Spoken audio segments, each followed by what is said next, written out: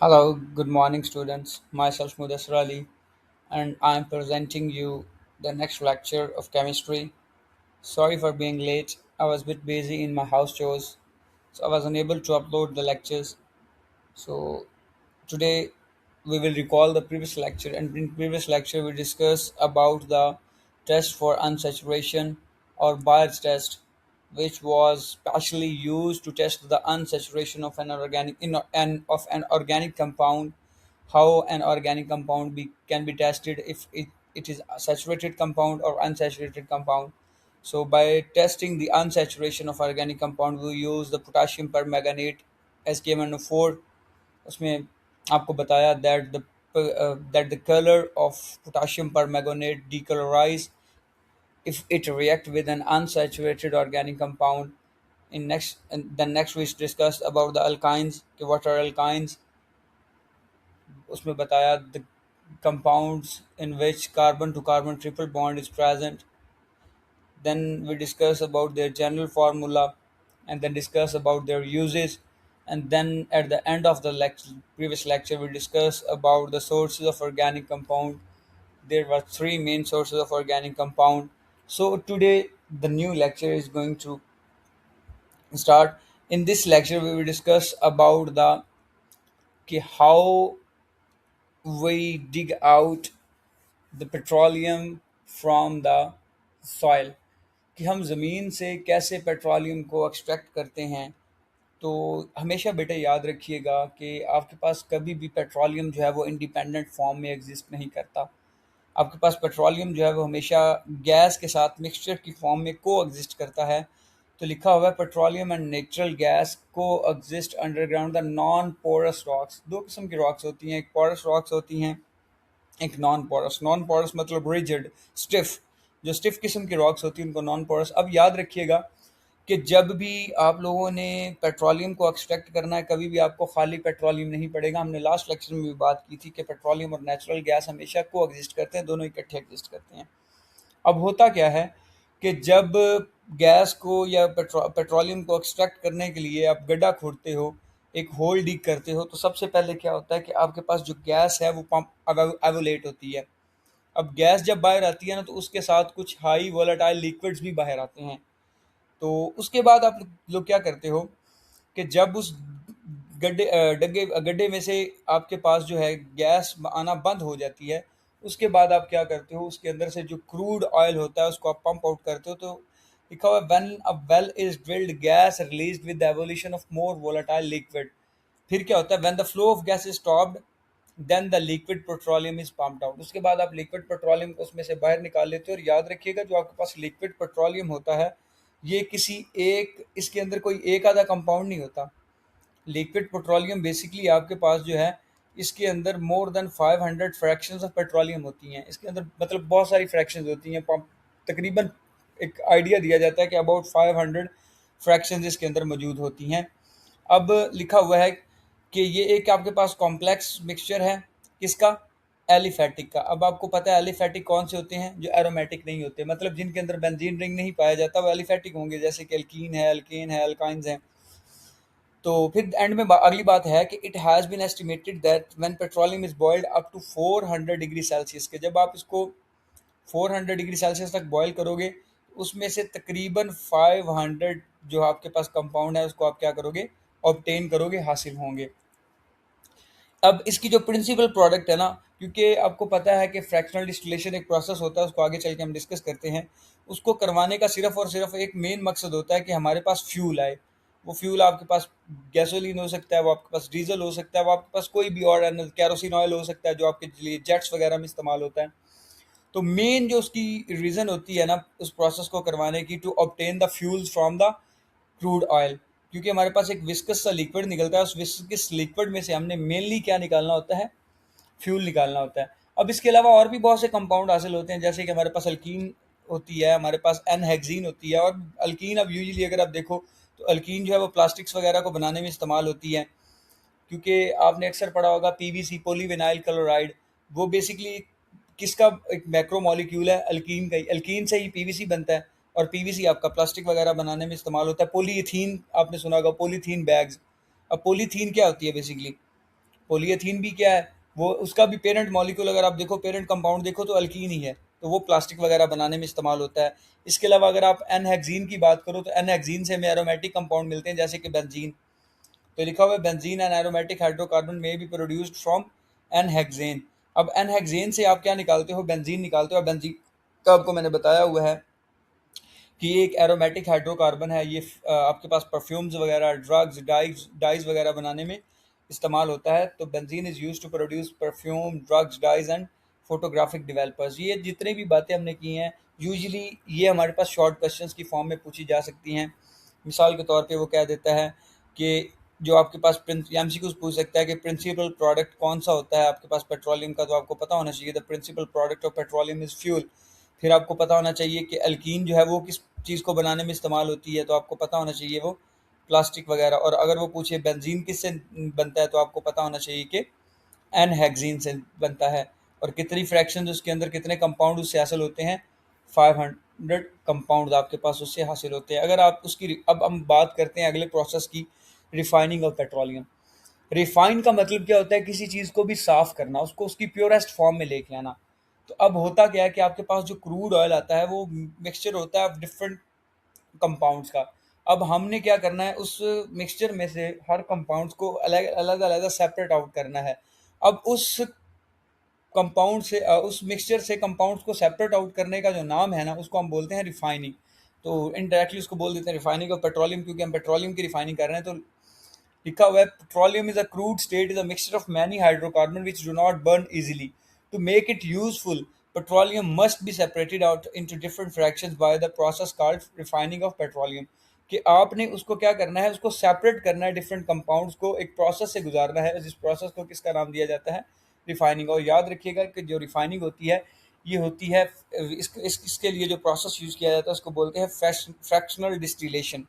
उस प्रोसेस को क्या नाम देते हैं, फ्रैक्शनल डिस्टिलेशन। अब फ्रैक्शनल डिस्टिलेशन क्या होती है, इसके बारे में हम डिस्कस करते हैं। फ्रैक्शनल डिस्टिलेशन को करवाने के लिए हमारे पास मेन तीन पॉइंट स्टेप्स होते हैं, तीन स्टेप्स इन्वॉल्व होते हैं फ्रैक्शनल डिस्टिलेशन में। पहला होता है आपके पास न्यूट्रलाइजेशन, कि आपके पास जो गिवन कंपाउंड है उसको आपने न्यूट्रलाइज करना है। अगर वो एसिड है तो उसको बेस से न्यूट्रलाइज करो, अगर वो बेस है तो उसको एसिड से न्यूट्रलाइज करो, क्योंकि आपको पता है कि एसिड और बेस जब भी आपस में मिलते हैं तो वो न्यूट्रलाइज होते हैं। उसके बाद अगला आपके पास है वेपोराइजेशन, कि आपके पास जो गिवन कंपाउंड है उसको आपने वेपर्स की फॉर्म में लेके जाना है। और एंड पे आपके पास आती है सेपरेशन, कि आपने उसमें से जो कंपाउंड है उनको एक दूसरे से सेपरेट आउट कैसे करना है।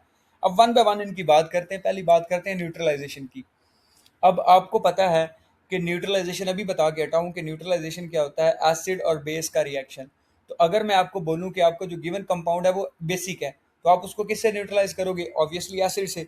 और अगर आपको मैं बोलूँ the given complex mixture is a base, तो आप एसिड, तो आप उसको किससे न्यूट्रलाइज करोगे, बेस से। लेकिन अगर हम बात करें क्रूड ऑयल की, तो क्रूड ऑयल जो होता है इसको हम करते हैं, वो लिखा हुआ है the first step in refining process is the neutralisation of crude oil by washing with acidic और बेसिक सॉल्यूशन एज रिक्वायर्ड।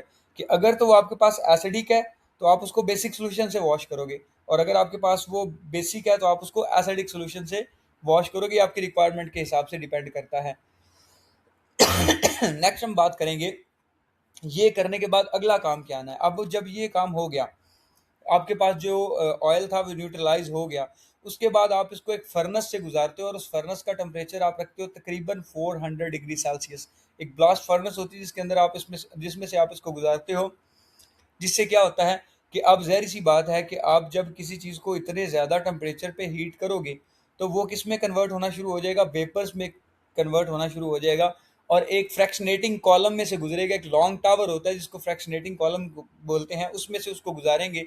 अब फ्रैक्शनेटिंग कॉलम जो होता है ना, फ्रैक्शनेटिंग कॉलम्स में क्या होती है कि आपके पास डिफरेंट टेम्परेचर पे शेल्फ्स बनी होती हैं, और उन शेल्फ्स को कवर किया जाता है बबल कैप्स के साथ।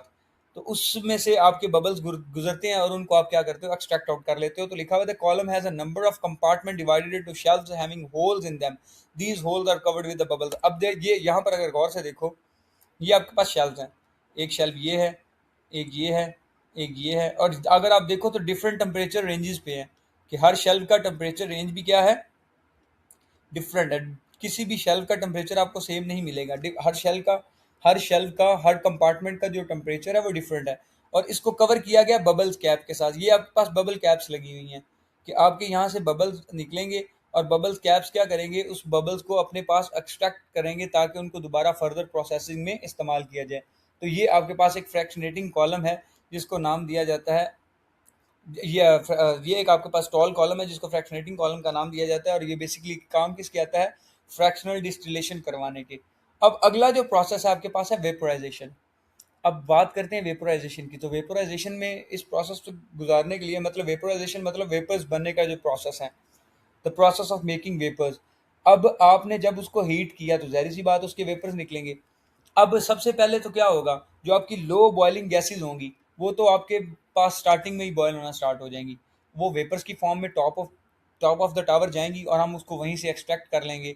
लेकिन अब बाकी जो गैसेज उसके अंदर शामिल हैं, कंपाउंड शामिल हैं, क्योंकि आपको पता है कि अगर वो उसके अंदर 500 डिफरेंट कंपाउंड हैं तो हर कंपाउंड का जो आपके पास है बॉइलिंग पॉइंट, वो कभी भी सेम नहीं होगा। हर कंपाउंड का बॉइलिंग पॉइंट भी क्या होगा, डिफरेंट होगा। तो जब उसका बॉइलिंग पॉइंट रीच होगा तो वो वहां पर जाकर बॉयल होगा, उसके वेपर्स निकलेंगे और हम उन वेपर्स को क्या करेंगे, एक्सट्रैक्ट कर लेंगे।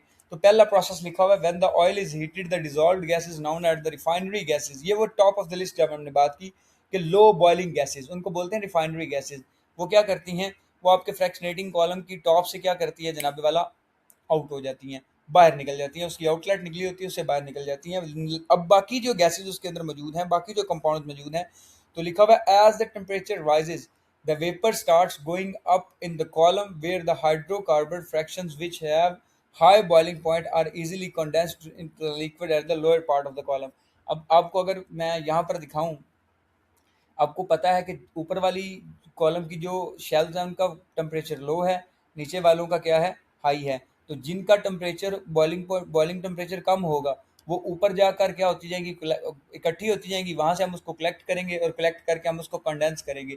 अब कंडेंसेशन क्या होता है, चैप्टर नंबर 1 में आपने पढ़ा कि कंडेंसेशन एक ऐसा प्रोसेस है जिसमें आप वेपर्स को दोबारा कंडेंस करते हो लिक्विड्स के अंदर।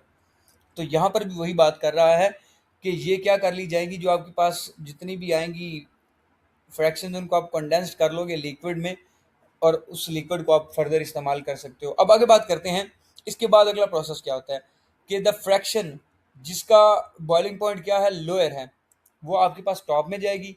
और जिसका बॉइलिंग पॉइंट क्या हाई है, वो आपके पास कहाँ रहेगी, बॉटम में रहेगी। तो लिखा है the fraction which have lower boiling point range rise up near the top of the column which are then condensed in the liquid. अब यहाँ पर अगर आप गौर से देखो, ये आपके पास एक फोटो है, यहाँ से तो आपकी वो लो बॉइलिंग गैसेज जिसका मैंने नाम दिया था रिफाइनरी गैसेज का, वो निकल गई।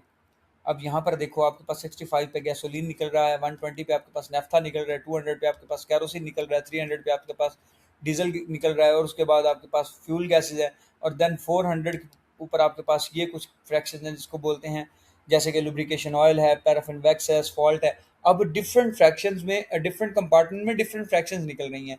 अब एक और बात ज़हन में रखना, जब ये वेपोराइजेशन हुआ तो क्या आपका ये ज़हन मानता है कि 120 के ऊपर सिर्फ और सिर्फ हमारे पास नेफ्था ही आई होगी, या 200 के ऊपर आपके हमारे पास सिर्फ और सिर्फ कैरोसिन ही आया होगा?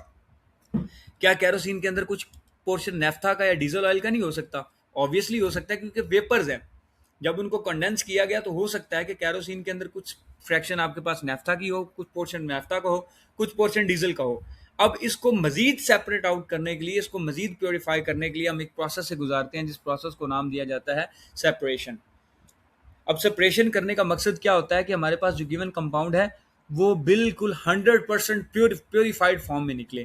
तो लिखा हुआ है कि these condensed liquid fractions are collected on the various shelves from where they can drained into the separate storage tank, कि उसको separate storage tank में लेगी। लेकिन वो कहता है the fraction thus separated are not without impurities from the other fractions, कि लाजमी सी बात है कि जो आपने फ्रैक्शन सेपरेट आउट की हैं उन फ्रैक्शंस के अंदर दूसरी फ्रैक्शंस की भी इम्प्योरिटी मौजूद हो सकती है। फ्रैक्शन का मतलब जो कंपाउंड हमने हासिल किया है। जैसे अभी हमने बात की कि कैरोसिन ऑयल के अंदर डीजल की इम्प्योरिटी भी हो सकती है, नेफ्था की इम्प्योरिटीज़ भी हो सकती हैं। तो इन इम्प्योरिटीज़ को रिमूव करने के लिए हम किस प्रोसेस से गुजारते हैं, सेपरेशन के प्रोसेस से गुजारते हैं। फिर वो कहता है दे आर देन रीडिस्टिल्ड, इसको दोबारा रीडिस्टिल्ड किया जाता है ताकि हमारे पास जो सेपरेशन है वो क्या हो सके, बेटर हो सके, और हमारे पास जो गिवन कंपाउंड है वो प्योरीफाइड फॉर्म में आ सके। अब हमारे पास ये कुछ आउटपुट्स हैं जो हमारे पास फ्रैक्शनल डिस्टिलेशन से निकलती हैं, फ्रैक्शनेटिंग टावर से निकलती हैं, जिनके अंदर रिफाइनरी गैसेस हैं, गैसोलीन है, नेफ्था है, केरोसिन ऑयल है, डीजल ऑयल है, फ्यूल ऑयल है, लुब्रिकेटिंग ऑयल है और बिटुमेन है। अब इसको हम बात करते हैं कि ये डिफरेंट फ्रैक्शंस जो हैं, इनकी बॉइलिंग रेंज क्या है, इसकी कार्बन रेंज क्या है और इनको यूज़ कहाँ कहाँ पर किया जाता है। अगर हम बात करें रिफाइनरी गैसेस की, तो रिफाइनरी गैसेस हमारे पास होती हैं ब्यूटेन तक, मतलब इसमें आपके पास अल्केन हो सकती है, सॉरी मीथेन हो सकती है, इथेन, प्रोपेन, ब्यूटेन तक होती है और इसकी बॉइलिंग रेंज होती है 0 डिग्री सेल्सियस तक। अब इसको इस्तेमाल कहाँ पे किया जाता है? हमारे घरों में ये जो गैस आती है चूल्हे वगैरह के अंदर हम डालते हैं, हमारी नेचुरल गैस CH4 मीथेन होती है, वो हमारी रिफाइनरी गैसेज होती हैं और इसको हम इस्तेमाल कहाँ पर करते हैं? Fuel for stoves and heating. हम घरों में चूल्हा वगैरह जो चलाते हैं उसके अंदर जो गैस इस्तेमाल करते हैं वो हमारे पास कौन सी गैस होती है? रिफाइनरी गैसेज होती हैं। गैसोलीन का इस्तेमाल कोई ऐसा बच्चा नहीं है जिसको ना पता हो। गैसोलीन पेट्रोल को बोलते हैं और ये हमारे पास यूजुअली कहाँ पर इस्तेमाल होता है? ऑटोमोबाइल में, गाड़ियों में इस्तेमाल होता है, बाइक्स वगैरह में इस्तेमाल होता है, जनरेटर्स वगैरह में इस्तेमाल होता है और इसकी बॉइलिंग रेंज होती है 0 degree Celsius to 65 degree Celsius और इसमें कार्बन होता है कार्बन 5 टू कार्बन 6।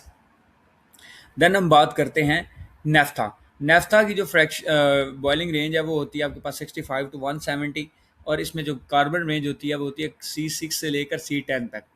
और ये हमारे पास कहाँ पर यूज़ होता है? ये केमिकल फीड स्ट्रोक्स में यूज़ होता है, मतलब बहुत से हाइड्रोकार्बन्स को बनाने में। जैसे हमने क्रैकिंग ऑफ नेफ्था में पढ़ा कि नेफ्था से हमें मज़ीद छोटे कंपाउंड्स मिलते हैं जो हम फर्दर कहीं और इस्तेमाल कर सकते हैं, तो उसने फीड स्टॉक लिखा हुआ है, मतलब ये दूसरे कंपाउंड्स को बनाने में इस्तेमाल होता है। देन हम कैरोसिन ऑयल की बात करेंगे। कैरोसिन ऑयल इस्तेमाल होता है जेट फ्यूल्स के अंदर। जेट इंजन जो होते हैं ना आपके पास, इसको एज अ जेट फ्यूल इस्तेमाल किया जाता है। ये जो आपके पास जहाज़ों का ऑयल, इसको सिंपल ज़ुबान में बोला जाए, जहाज़ों वगैरह में इस्तेमाल होता है। इसकी बॉइलिंग रेंज हमारे पास है 170 से 250 और इसकी रेंज हमारे पास कार्बन 10 टू कार्बन 14 है। नीचे डीजल ऑयल। डीजल ऑयल का आपको पता है, डीजल ऑयल आपके पास यूज़ होता है यूजुअली आपके पास ट्रैक्टर्स वगैरह में, बसेस वगैरह में, ट्रक्स वगैरह के अंदर और इसकी बॉइलिंग रेंज आपके पास लिखी हुई है 250 टू 340 और कार्बन रेंज है कार्बन 14 टू कार्बन 19।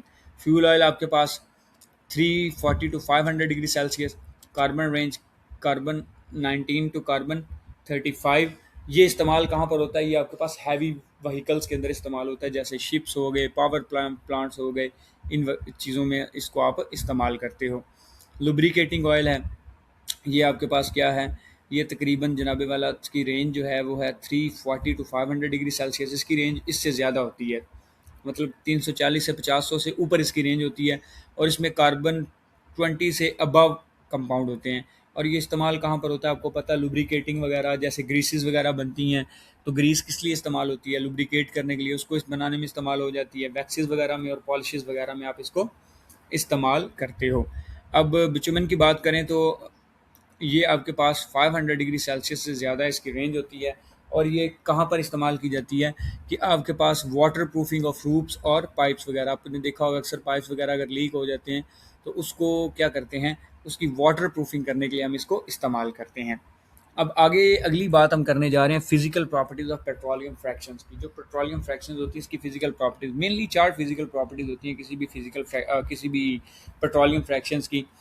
तो पहले वो बात करते हैं कि each petroleum fraction contain mixture of hydrocarbon, they have similar. अब ज़ाहिर सी बात है अगर इनके पास हाइड्रोकार्बन है तो इनकी फिजिकल प्रॉपर्टीज़ भी क्या होंगी? तकरीबन सेम ही होंगी। और इनकी जो फिजिकल प्रॉपर्टीज़ हैं वो डिपेंड भी एक जैसे ही फैक्टर्स के ऊपर पड़ेंगी। अब किन फैक्टर्स के ऊपर डिपेंड करती हैं? पहला है number of carbon and hydrogen atom present in a molecule, मतलब उसके मोलेकुलर साइज के ऊपर, मोलेकुलर मास के ऊपर डिपेंड करता है कि उसका मोलेकुलर मास कितना ज़्यादा है। Number of carbon hydrogen atom ज़्यादा होते जाएंगे तो ज़ाहिर सी बात उसका मोलेकुलर मास भी क्या होता जाएगा? ज़्यादा होता जाएगा। देन उसकी होती है वोलेटिलिटी, कि वो वोलेटाइल कितना है, वो कितनी जल्दी वोलेटाइल हो सकता है, वो कितनी जल्दी वेपर्स की फॉर्म में जा सकता है। देन उसकी आती है बॉइलिंग पॉइंट रेंज, कि उसका बॉइलिंग पॉइंट कितना है। देन उसके बाद हमारी बात आती है विस्कोसिटी की, कि वो गाढ़ा कितना है, उसकी थिकनेस कितनी है। अब इसकी अगर हम वेरिएशन देखें हाइड्रोकार्बन्स में, कि हम हायर टू लोअर हाइड्रोकार्बन्स की तरफ मूव करें तो उसकी वेरिएशन कैसे आती है।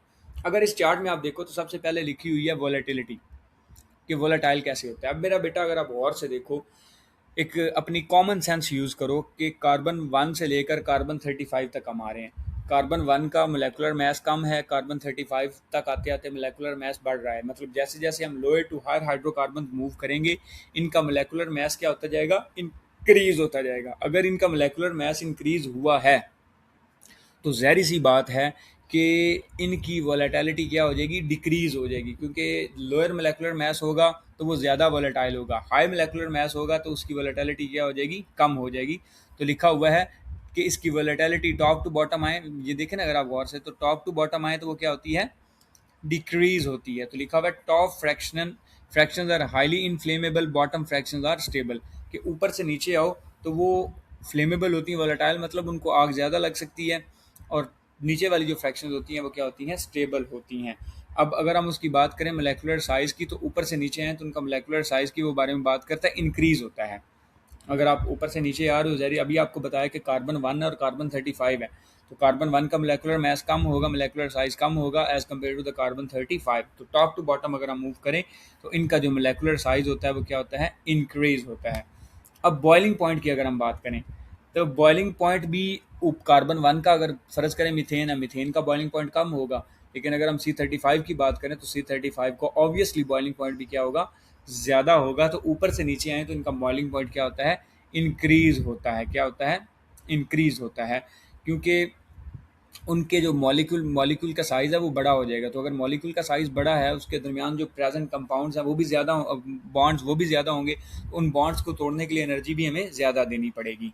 अगर हम बात करें विस्कोसिटी की, थिकनेस की, तो आपने अगर गौर से देखो यहाँ पर फ्रैक्शंस के अंदर, तो यहाँ पर गैसेस हैं, गैसेस से नीचे लिक्विड आते जा रहे हैं, लिक्विड से नीचे आपके पास क्या होते जा रहे हैं, सॉलिड्स होते जा रहे हैं। तो ज़ाहिर सी बात है कि आपके पास गैसेस की विस्कोसिटी क्या होगी, कम, लिक्विड की विस्कोसिटी उससे ज़्यादा, और सॉलिड की विस्कोसिटी सबसे ज़्यादा। तो टॉप टू बॉटम हम जब मूव कर रहे थे तो इनकी विस्कोसिटी भी क्या होती जा रही है, इंक्रीज होती जा रही है। तो ये चार इसकी फिजिकल प्रॉपर्टीज़ की चेन थी जो आपको मैंने समझा दी। ये हमारा आज का लास्ट लेक्चर था इस चैप्टर का। तो इस पूरे चैप्टर में से किसी का कोई भी क्वेश्चन हो तो वो पर्सनली भी मुझसे पूछ सकता है। आपके पास हमारे पास कमेंट सेक्शन में आप अपना सवाल लिखें, इंशाल्लाह उसका जवाब आपको दिया जाएगा। अब अल्लाह ताला आपको अपने हिफ्ज़-ओ-अमान में रखे। अल्लाह हाफ़िज़।